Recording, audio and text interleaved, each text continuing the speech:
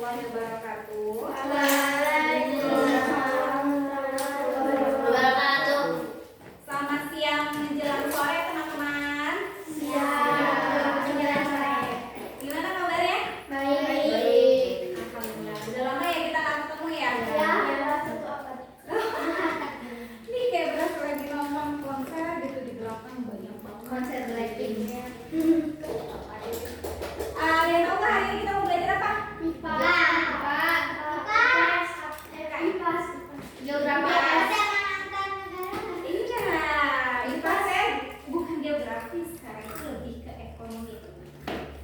Kita mau kemarin sebelum-sebelumnya kita udah belajar tentang pelesir keliling dunia kan ya. Kita udah tahu bahwa di dunia itu banyak sekali negara-negara, benua-benua, kan? Bagaimana hubungannya? Nah, sekarang kita mau bahas tentang hubungan antar negaranya, tapi dalam hal perdagangan. Sebelum kita mulai belajar, kita berdoa terlebih dahulu ya. Berdoa, dipersilakan. Berdoa untuk mengingatkan kembali ke teman-teman bahwa di kelas kita punya peraturan. Apa ya peraturannya? Nggak boleh main HP kalau bukan saatnya kita kuis atau cek konsep, oke? Jadi gadgetnya boleh disimpan dulu. Kalau untuk makan minum dipersilakan karena mungkin tadi teman-teman jam makan siangnya belum ada ya, jadi boleh. Tapi simak dengan baik ya penjelasan aku. Kenapa tadi nggak dimulai duluan? Karena nanti teman-teman nggak paham kalau aku dimulai duluan. Begitu ya.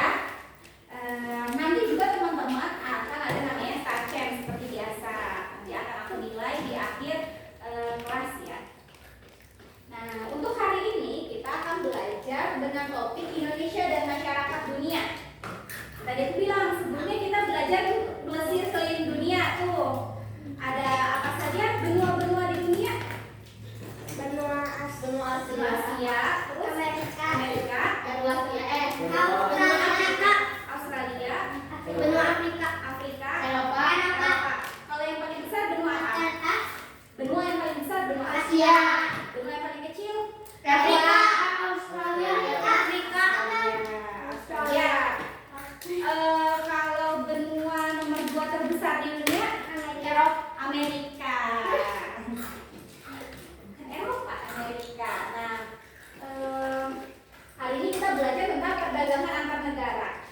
Apa yang kita pelajari hari ini? Yang pertama tentang manfaat perdagangan antar negara. Sebenarnya apa sih manfaatnya? Kemudian yang kedua, faktor perdagangan antar negara. Apa yang membuat terjadi perdagangan dari satu negara ke negara lain?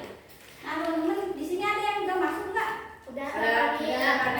Stefani ya? Iya, Stefani aja ya, Mas. Lupa tadi ya, Stefani aja. Oke. Nah, kita langsung masuk perdagangan antar negara. Kita mau bahas. Coba di sini teman-teman keluarkan pensil atau pulpen atau QX atau isi pensil atau penghapus, boleh coba dikeluarkan. Ini apa? Coba aja dilihat keluarin dulu. Pensil aja deh yang gampang atau mau pulpen.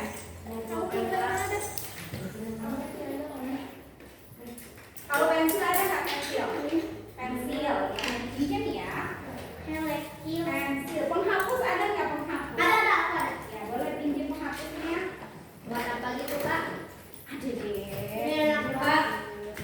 Nanti dari Eropa. Ada lagi nggak selain penghapusnya? Kahla? Aku pensel. Pensil. Boleh. Aku pulpen. Coba Aku tadi. ya ada tulisan made in Meti. Ya sih. Coba pilih ada nggak? Sama kayaknya Kahla ya. Aku ada. Makasih. Yang ini. Iya, coba.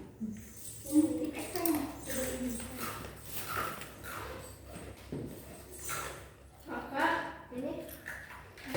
Nah, kita bisa lihat ya dari benda-benda yang di sekitar kalian aja yang sehari-hari kalian pakai, boleh dikeluarkan pensilnya atau pulpen. Nah, ini coba lihat ya. Nah,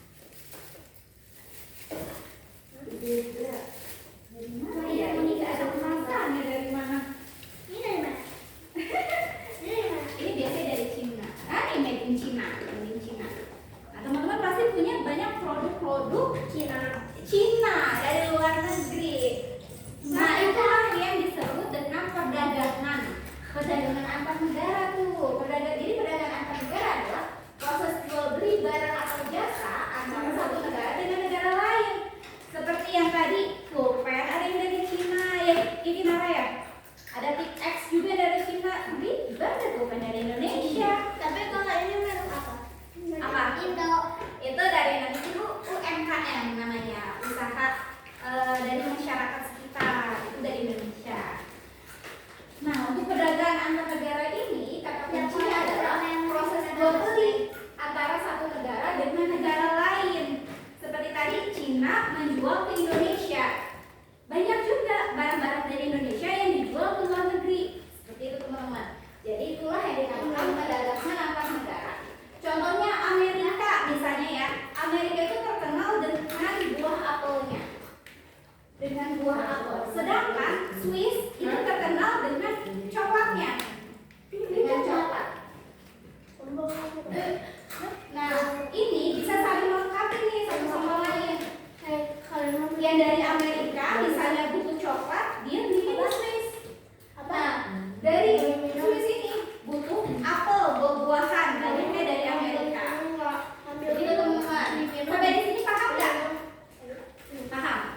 Kalau bukan belum makan, tadi paham ya? Masuk ya? Oke. Cuma berisik aja. Makan tapi tidak boleh bicara yang berisik.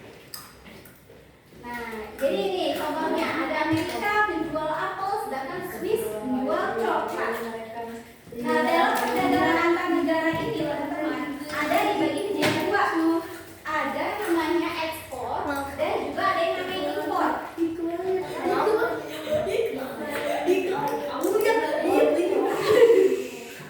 Waterfalls. Ingat, kalau aku bilang waterfalls, jawabnya apa? Halo. Waterfalls. Ayo berjun ya, waterfalls. Kita lagi belajar. Nah, kita bahas lagi nih, perdagangan antar negara itu ada namanya kegiatan ekspor dan impor. Ada yang tahu nggak ekspor itu apa? Dari negara itu sendiri. Dari mana? Dari luar negeri ke Dari kata asila dari luar negeri ke Indonesia. kemana deh? Jadi kalau yang lain, kalau ekspor itu apa? Kakak? Kenapa? Itu kalau tunjukkan. Ya. Ini siapa namanya kan? Nazla. Menurut Nazla ekspor itu apa? Tadi kalau kata Asila, ini dari apa kita? Dari luar negeri ke dalam negeri ya. Kalau menurut Nazla, Kalau apa ya kalau ekspor itu? nggak apa-apa Iya apa? dari Indonesia ke luar negeri. Iya, ekspor itu adalah kegiatan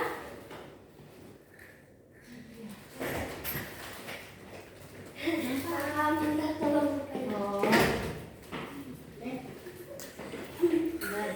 Makasih Kak.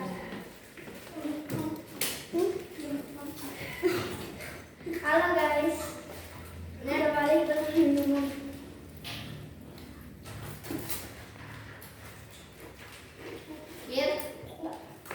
benar.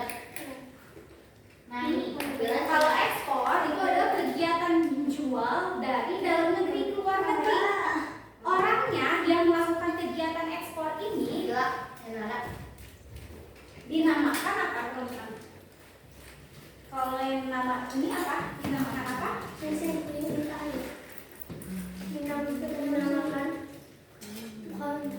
Dinamakan dengan eksportir ya.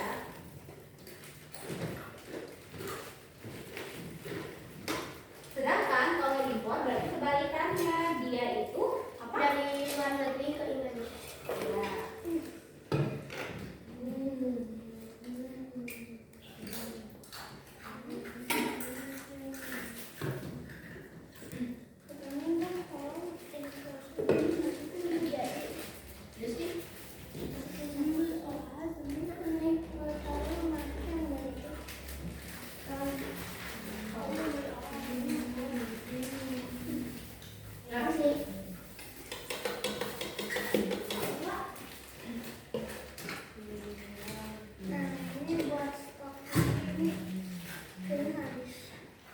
Ini ya teman-teman ya. Kalau impor itu membeli barang dari luar negeri ke dalam negeri. Nama pelakunya itu importir. Nah, sekarang kita mau bahas nih apa saja sih yang bisa dijual sama kita untuk luar negeri atau kita bisa ambil dari luar negeri untuk ke dalam negeri. Negara, bingung nggak? Apa yang bisa kita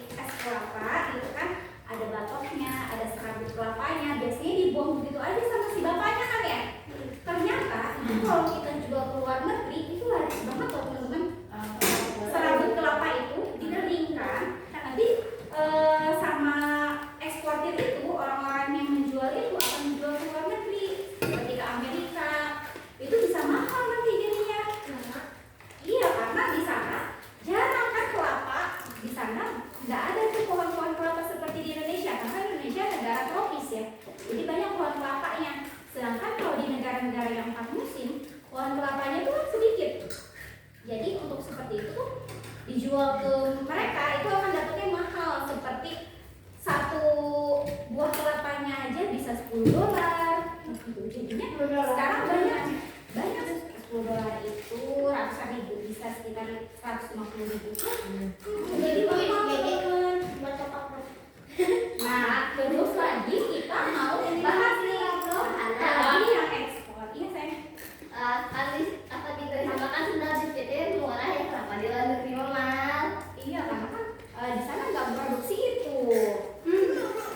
Ayo beli. Iya. Kenapa? Ada sampai 200.000. Iya mahal ya kalau di sana ya. Karena pabriknya nggak ada di sana, makanya ketika dijual dari kita dari Indonesia ke luar negeri jadinya mahal. Nah selanjutnya itu adalah komoditas impor. Apa sih barang-barang yang dibeli sama orang Indonesia dari luar negeri? Biasanya apa sih yang dari luar negeri dibeli sama kita? Sekarang produk. Hah? Iya produk apa? Mie, ramen ya. Terus apa lagi? Terus Ciki ya makanan ya. Sushi bisa. Selain makanan. Merchandise ya. Terus apa lagi ya? Pensil. Terus seperti mobil, elektronik. Itu kan kalau di masih terbatas HP ya kan? Coba teman-teman aku mau tanya. Kalau mobil kebanyakan Indonesia itu impornya dari mana? Jepang, pinter. Amerika. Sekarang Cina udah banyak ya mobil listrik. Yang listrik itu kebanyakan dari Cina kan? Dari Korea juga ada. Jadi kalau bisa dibilang komoditas impor itu ada makanan, ada elektronik,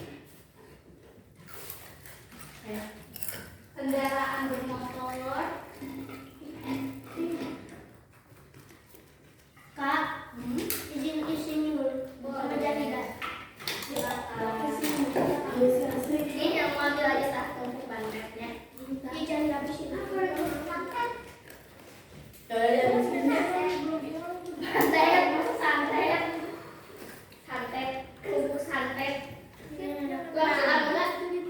Ini yang biasanya kita beli dari luar negeri. Sepatu juga biasanya dari luar. Pakaian juga banyak dari luar. Gitu. Oh, tambah lagi nih komoditas ekspor lagi biasanya ada coklat atau kakao. Kalau teman-teman tahu, kakao itu dalam bidang pertaniannya nih besar banget di Indonesia. Ada juga namanya vanili. Kalau ibunya masak bikin kue, dia pakai vanili biar wangi ya. Nah ternyata itu perkebunannya di Indonesia itu banyak banget teman-teman. Dan kalau diekspor itu akan lahan besar gitu. Apa?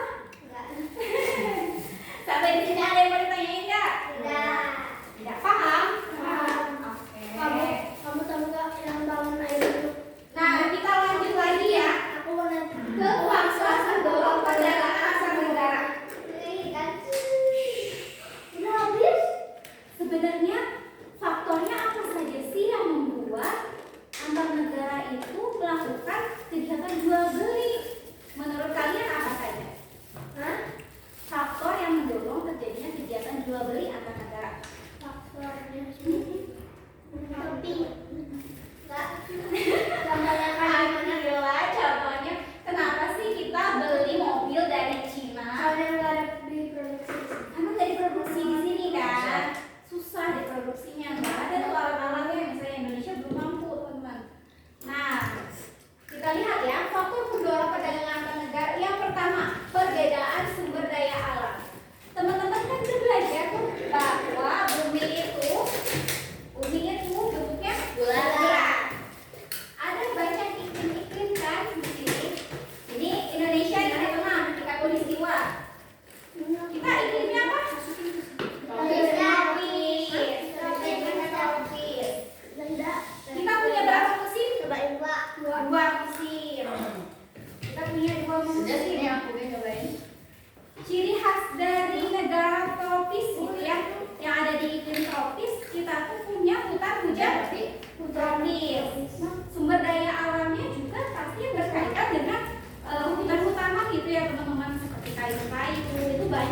Kertajati. Iya, itu banyak kalau di Indonesia. Tapi kalau bisa kita lihat di atasnya tropis, apa ini namanya? Subtropis ya. Subtropis. Di atasnya lagi ada iklim sedang. Jam 2. Di atasnya lagi ada iklim dingin. Iya, dingin atau kutub ya. Kak, tapi ditambahin yang waktunya 10 menit. Iya. Berarti 14, 2. Hampir setengah 3. Nah, kita lanjut lagi. Kita tuh ada ini tropis. Kalau tropis terkenal dengan hutan hujan tropis. Maka dari itu sumber daya alamnya lebih kepada kehutanan ya teman-teman ya. Sedangkan untuk daerah-daerah subtropis sedang kutub, dia tidak punya hutan yang lebat seperti Indonesia. Makanya sumber daya alam yang mereka miliki juga berbeda dengan kita. Nah, paham ya? Maka dari itu. Misalnya kalau di kutub mana ada pohon-pohon besar? Gak ada kalau di kutub. Antartika. Kalau di Antartika mana ada ya? Adanya di sini mah lumut. Adanya lumut, sumber daya alamnya beda lagi. Kalau di situ maka dari itu, dengan adanya perbedaan sumber daya alam ini, yang satu punya apa nih? Kita punya ini, bisa Indonesia punya kayu nih yang banyak yang bagus-bagus, tapi di Eropa nggak ada tuh kayu jati, gitu kan misalnya. Ya udah deh. Jadi orang-orang Eropa beli kayunya dari Indonesia. Seperti ingat sejarahnya Indonesia dijajah sama Belanda. Sebelum dijajah sama Belanda, Indonesia, yang datang ke Indonesia siapa? Jepang. Hebat kan? Jangan. Bukan. VOC, ya itu VOC itu antek-anteknya Belanda. Sebelum negara apa? Spanyol. Portugis, benar. Ya, jadi si Portugis itu pertama kali datang ke Maluku kan? Karena banyak rempah-rempah di situ. Akhirnya dia pulang lagi ke Eropa, dia buat rempah-rempahnya.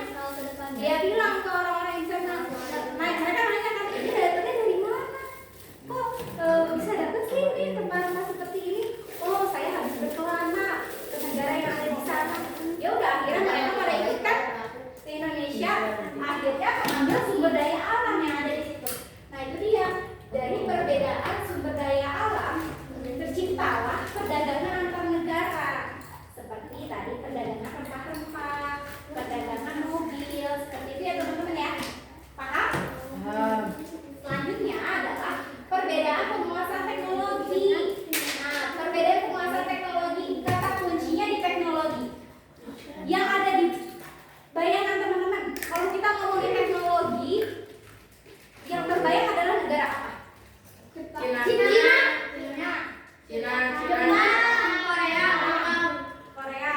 Cina, Amerika, Eropa. Jadi, tahu nggak kenapa Pak Habibie itu kuliahnya di Jawa? Apa?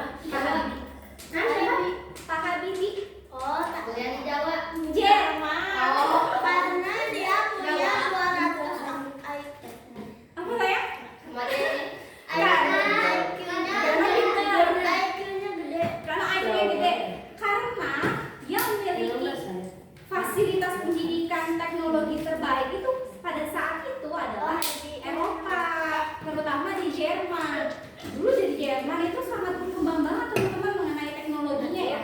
Mungkin sampai sekarang juga masih tentang kecanggihannya. Tapi kalau sekarang tuh sudah mulai dibalap sama Cina.